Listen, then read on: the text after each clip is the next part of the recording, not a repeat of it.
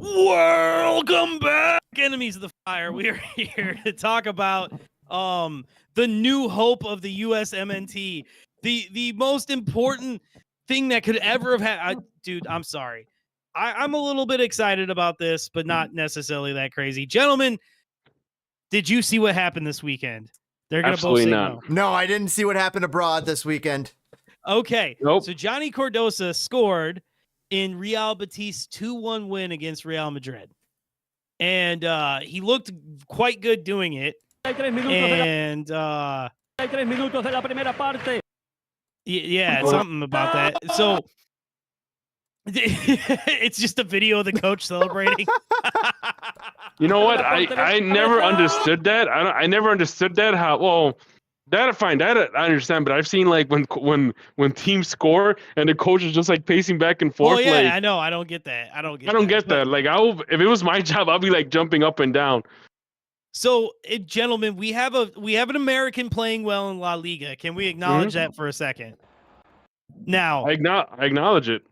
Now, let's take him immediately away because apparently Tottenham not only really wants him and is trying to get a deal for him, but apparently they have the first right of refusal for him. So I've never heard of this before. It sounds like MLS discovery rights.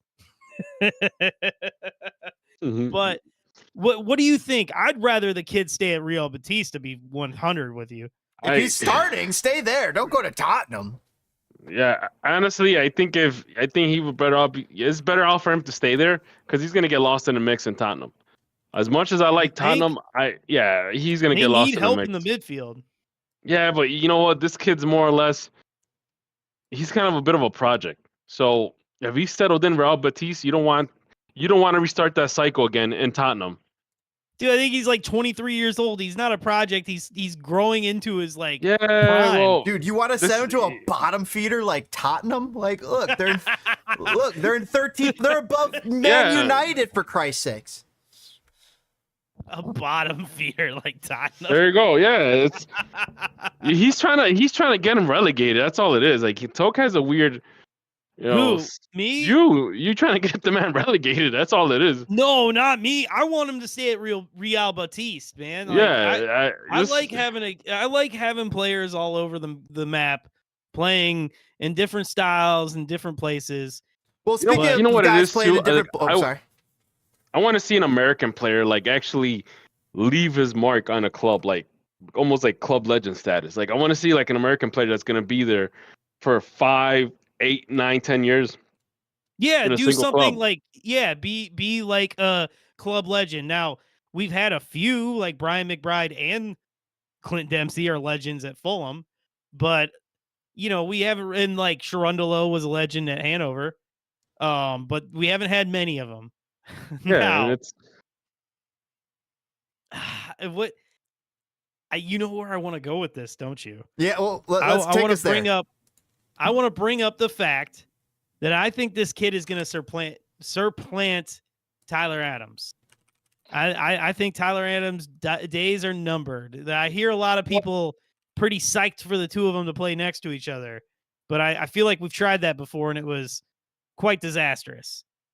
Well, I want to see this kid's, I want to see this keep going. I don't want to say, oh yeah, he's going to replace Tyler Adams.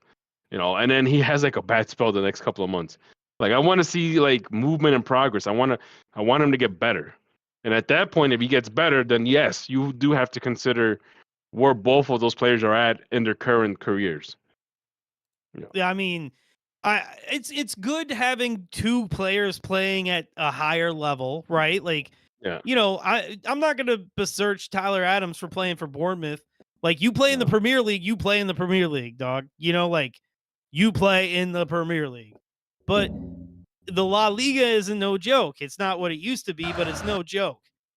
I mean, any team that could beat Real Madrid, any team that could beat Barcelona, like any team that's actually trying to fight for that first place spot in La Liga outside of Barcelona and Real Madrid, I mean, that's a good team. I'll leave it at that. Like I'll say that's a good team because normally almost every year we see Real Madrid, Barcelona, Real Madrid, Barcelona. Well, I didn't know that. James has a stat.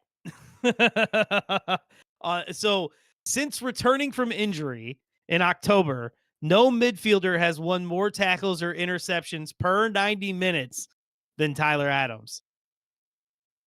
Dang, I didn't realize. I was unfamiliar with Tyler Adams working the Premier League. Apparently, I mean they play for top. They're in a top squad. They're almost top 4. Look at them. If you take top 4 times 2, they're in it. That's Bournemouth. Then they're better than Man United and Tottenham. Combined, they most certainly are. Combined, they could lose. They could be 4 places lower and still be higher than those bottom feeders. So before you sentence a man to go fight for relegation, just think about this, all right?